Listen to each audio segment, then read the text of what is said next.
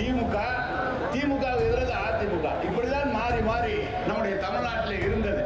ஆனால் இன்றைக்கு இன்னொருவர் வந்து சொல்கிறார், நாங்கள் எங்களோடு தான் நேரடியாக போட்டி என்றலாம். திமுகவோட போட்டி போட உனக்கு தகுதியே இல்லை தம்பி.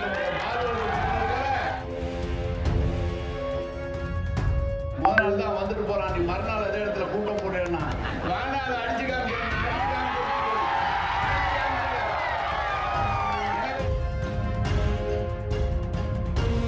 அவரை சொல்லுகிறாரு, இங்கே என்ன செய்தீர்கள் என்று.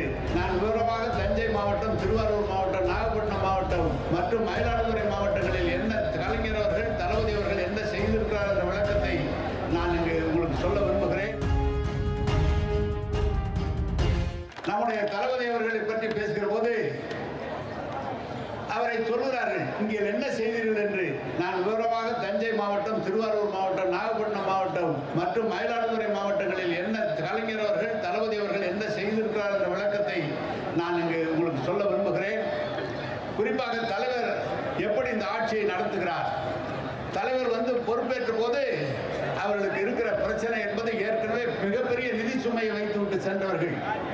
கடந்த ஆட்சியிலே 10 ஆண்டு காலம் இருந்தவர்கள், நிதியை காலி செய்துவிட்டு சென்றவர்கள். ஆனால் அதையும் சமாளித்து, கொரோனாவை சமாளித்து நம்முடைய முதலமைச்சர் அவர்கள் இந்த ஆட்சியை சிறப்பாக நடத்தி கொண்டிருக்கிறார். ஒரு பக்கம் பார்த்தால் இந்த திமுகவை அழிப்பதற்காக ஒன்றிய அரசு எவ்வளவோ காரியங்களை எடுக்கிறது, எவ்வளவோ முன்னெடுப்புகளை எடுக்கிறது, நிதி நெருக்கடியை உண்டாக்குறது. எந்த நிதியும் தமிழ்நாட்டுக்கு கொடுக்காமல் நிதி நெருக்கடியை உண்டாக்கி ஒரு கெட்ட பெயர் உண்டாக்க வேண்டும் என்று அவர்கள் செய்து கொண்டிருக்கிறார்கள். அது மட்டுமல்ல, இவர்கள் தொடர்ந்து எல்லா தேர்தலிலும் வெற்றி பெறுகிறார் என்ற காரணத்தால் எப்படியும் இவர்களை தோற்கடிக்க வேண்டும் என்ற நோக்கத்தோடு இன்றைக்கு தீவிர பீகாரில் வந்தது போல தமிழ்நாட்டிலே செய்வதற்குரிய முயற்சி எடுத்துக் கொண்டிருக்கிறார்கள். உங்கள் பாஜக ஒன்றிய அரசாக இருந்தாலும், ஏற்கனவே ஆண்டவர்களாக இருந்தாலும், உங்கள் பாஜக எதுவும் திமுகவிடம் செல்லாது என்பதற்கு உதாரணம் தான் நம்முடைய முதலமைச்சர். அவர் சொல்கிறார், இன்றைக்கு மத்திய அரசு நாம் தருகிற பங்கு தொகை என்பது 9.2%.